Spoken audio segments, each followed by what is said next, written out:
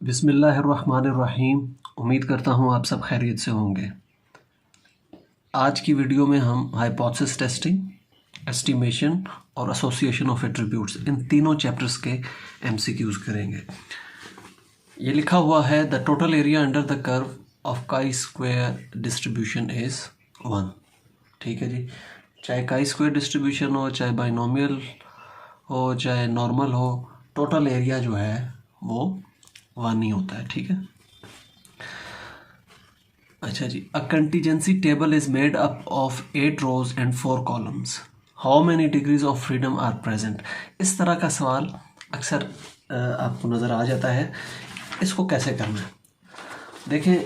Degrees of freedom से मुतालिक मैं आपको बता दूं, आप क्रिटिकल रीजन अगर आपको याद है काई स्क्वायर वाला, यूँ लिखते हैं आप अल्फ़ा R-1 C-1। ठीक है। और अगर हाइपोथेसिस टेस्टिंग के चैप्टर की बात करते हैं तो एक आप क्रिटिकल रीजन लिखते हैं T(α/2 n-1) या T(α n-1). तो ये जो 7 क्वांटिटी आपको नज़र आ रही है, टर्म नज़र आ रही है, इसको डिग्री ऑफ फ्रीडम बोलते हैं। ठीक है। तो काई स्क्वायर में ये हमेशा क्या होता है R-1 C-1। तो अब एक कंटीजेंसी टेबल है जिसकी रोज़ हैं 8 और कॉलम्स हैं 4। तो रो -1 मल्टीप्लाई बाय कॉलम -1 यानी कि 7 multiply by 3 21 degree of freedom होगा। ठीक है जी।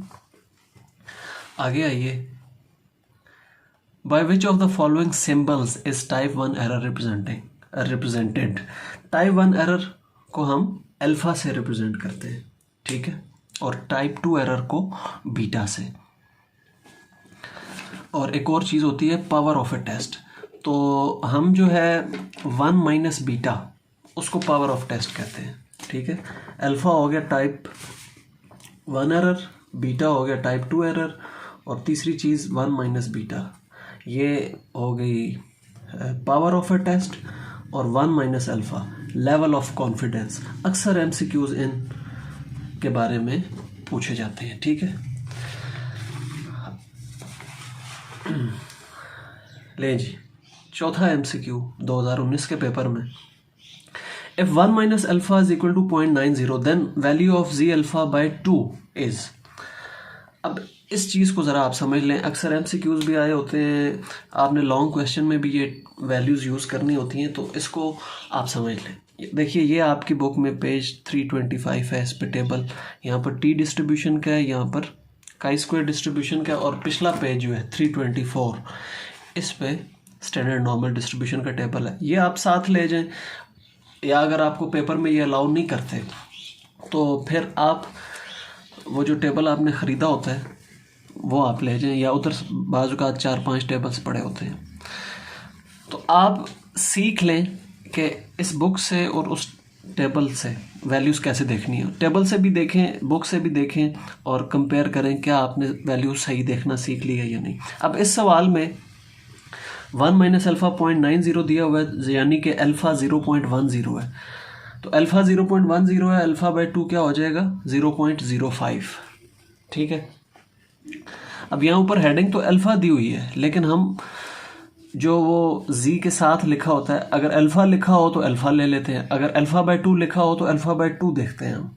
अब अल्फ़ा 0.0 और 0.10 है, अल्फ़ा बाय 2 0.05 बनेगा ये। तो टी डिस्ट्रीब्यूशन के टेबल से मैंने आपको बताया था, हम एक शॉर्टकट मेथड है, डायरेक्ट देख सकते हैं। तो टी डिस्ट्रीब्यूशन के टेबल में 0.05 के कॉलम में आखिरी वैल्यू जो आपको नज़र आ रही है वो 1.645 है। ठीक है। तो ये वैल्यू हमने पिक की। तो आप वो जो टेबल है उसको सामने रख के देखें 1.645 किधर लिखा हुआ है, फिर आपको वैल्यू देखना आ जाएगी। अच्छा जी, लेवल ऑफ कॉन्फिडेंस मैंने अभी आपको थोड़ी देर पहले बताया, ये भी सवाल पूछा जा सकता है। ये 1 माइनस अल्फ़ा के इक्वल होता है, इससे इसको रिप्रेजेंट करते हैं। बाज़ औक़ात कैलकुलेट करने के लिए भी कह देता है अल्फ़ा दे के, और बाज़ औक़ात डिनोट किससे करते हैं ये भी पूछा जा सकता है। अब हम 2018 का पेपर देख लेते हैं।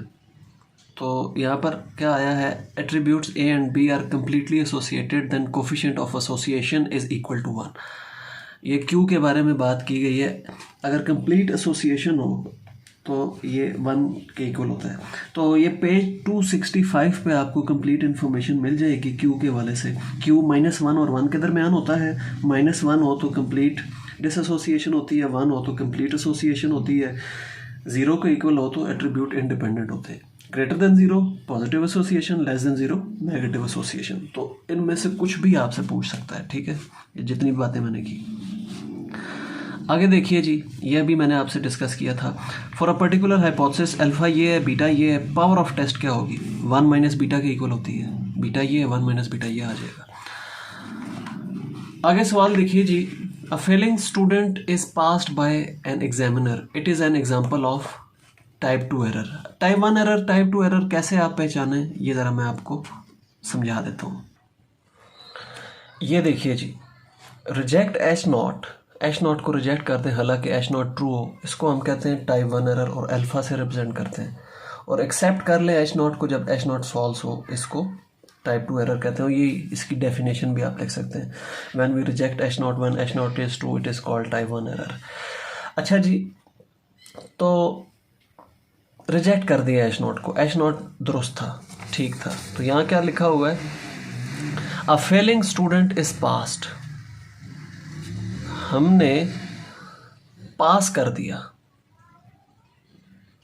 पास नहीं करना चाहिए था, फॉल्स था, एक चीज़ गलत थी, फॉल्स थी, उसको हमने ट्रू कह दिया, एक्सेप्ट कर लिया, ठीक है। तो ये टाइप 2 एरर है।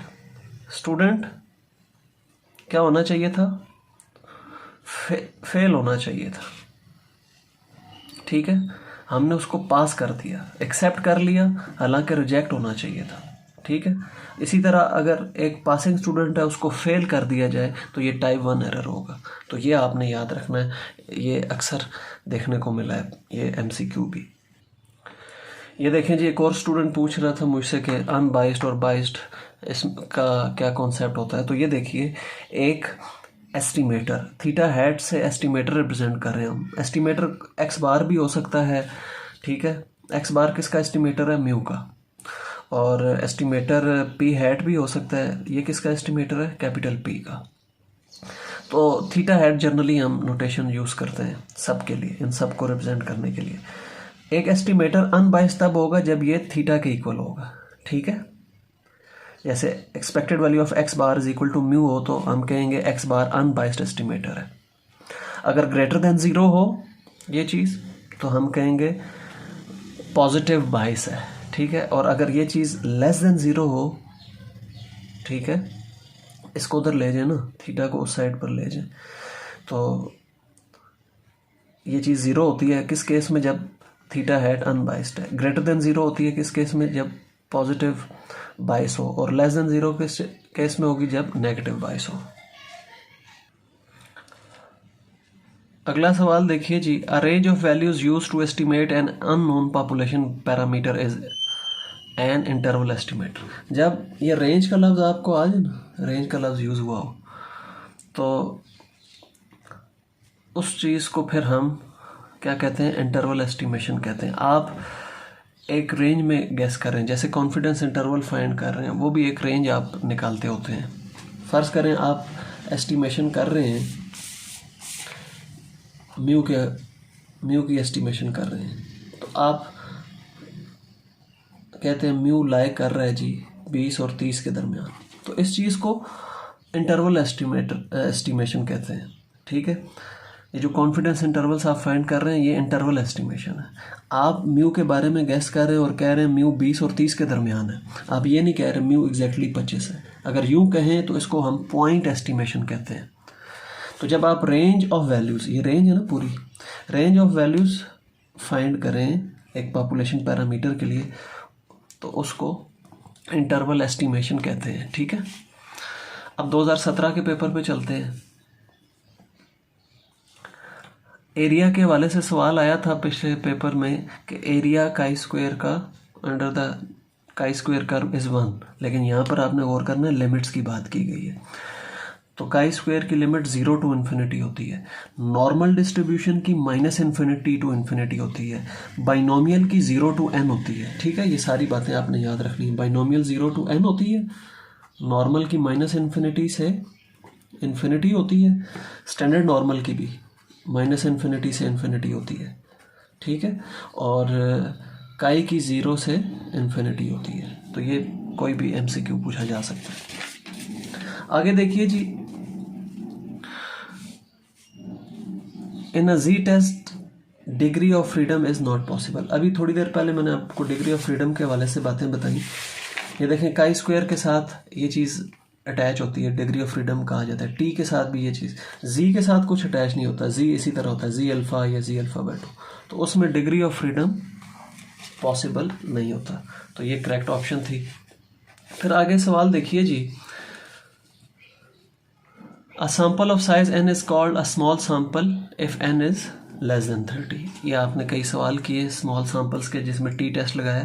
तो टी कब लगता है? जब n 30 से लेस हो। सैंपल को स्मॉल कब कहते हैं? जब n 30 से लेस हो। 2015 के पेपर की बात कर लेते हैं। Chi square statistic gives inflated value if expected frequency of any cell of given contingency table is less than 5। ये थ्योरी में आप चीज़ पढ़ते हैं कि अगर FE की या E की, आप E की नोटेशन भी यूज़ करते हैं, FE की भी यूज़ करते हैं एक्सपेक्टेड फ्रीक्वेंसीज के लिए, और FO की या सिर्फ O की नोटेशन यूज़ करते हैं ऑब्जर्व फ्रीक्वेंसीज के लिए।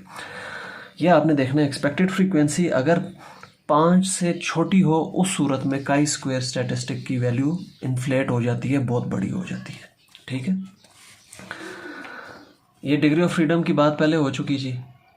ये अक्सर MCQ आया होता है, कभी आपको R और C की वैल्यू दे के कहता है कैलकुलेट करो, कभी पूछ लेता है ये होता है किसके इक्वल है। ठीक है जी, degree of freedom chi square में इसके इक्वल होता है। काई स्क्वायर का जो आखिरी मेथड है उसको हम टेस्ट ऑफ इंडिपेंडेंस भी बोलते हैं। ठीक है, जिससे अक्सर आप लॉन्ग क्वेश्चन करते हैं, तो उसमें डिग्री ऑफ फ्रीडम ये होता है। अल्टरनेटिव हाइपोथेसिस ये है, तो ये क्या है? ऑप्शन मुख्तलिफ दी हुई थी, सिंपल हाइपोथेसिस है, कंपोजिट है, नल है, क्या है?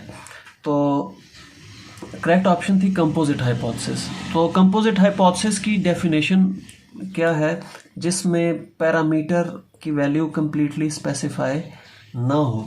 कंप्लीटली स्पेसिफाई का मतलब होता है कि हमें एग्जैक्टली पता हो, जैसे म्यू इक्वल्स टू अगर मैं 100 लिख दूँ तो ये एग्जैक्टली पता है कि म्यू की क्या वैल्यू है। इसको सिंपल हाइपोथेसिस बोलते हैं। सिंपल हाइपोथेसिस की example, when parameters are completely specified, when parameters are not completely specified, इस तरह एग्जैक्ट वैल्यू ना पता हो, तो उनको हम कंपोजिट हाइपोथेसिस बोलते हैं। यही इनकी डेफिनेशन भी है। ठीक है, आगे देखिए जी, क्रिटिकल रीजन किस चीज़ को देख के हम बनाते हैं? अल्टरनेटिव हाइपोथेसिस को देख के बनाते हैं, यानी कि H1 को देख के बनाते हैं। ये मेरी पिछली वीडियोस में आपने बार बार ये चीज़ देखी होगी। आगे देखिए जी, single numerical value is obtained as an estimate of the parameter in case of point estimation. अभी मैंने आपको एग्जांपल दी यहाँ पर कि अगर आप एस्टिमेशन कर रहे हैं, अंदाज़ा लगा रहे हैं किसके बारे में? म्यू के बारे में। तो इंटरवल अगर फाइंड करते हैं तो इसको इंटरवल एस्टिमेशन कहते हैं। एग्जैक्ट एक वैल्यू फाइंड करते हैं तो उसको पॉइंट एस्टिमेशन कहते हैं। ठीक है जी, तो ये आपने याद रखना है। एक वैल्यू देखनी है तो पॉइंट एस्टिमेशन, एक इंटरवल फाइंड करना है तो उसको इंटरवल एस्टिमेशन कहते हैं।